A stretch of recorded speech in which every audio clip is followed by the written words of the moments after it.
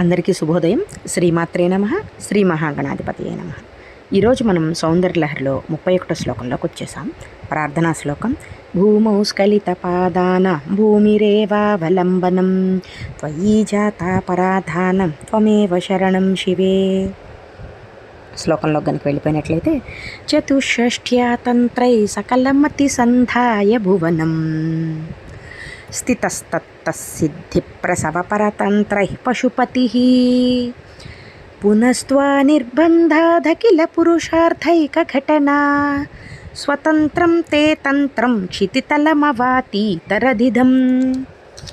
అర్థంలో కనుక వెళ్ళిపోయినట్లయితే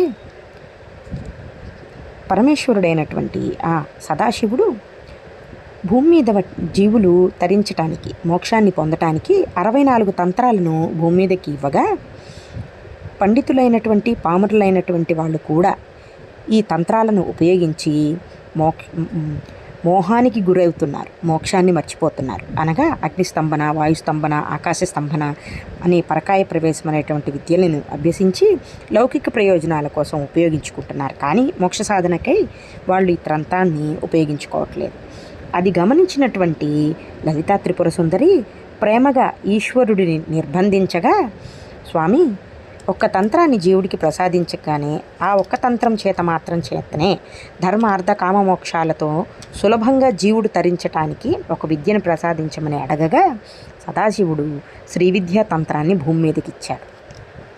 ఈ ఒక్క తంత్రంతో జీవుడు తిరిగి అమ్మవారిని చాలా సులభంగా చేరుకోవచ్చు అని ఈ పద్యం యొక్క అర్థం. ఇక లౌకిక ప్రయోజనంలోకి వెళ్ళిపోయినట్లయితే గురువు యొక్క అనుగ్రహం, మంత్రసిద్ధి, మనకైనా ఏవైనా ఉపదేశాలు ఉంటే ఆ మంత్రాల యొక్క సిద్ధి, ఐశ్వర్య ప్రాప్తి, ఐశ్వర్య సిద్ధి కలుగుతుంది.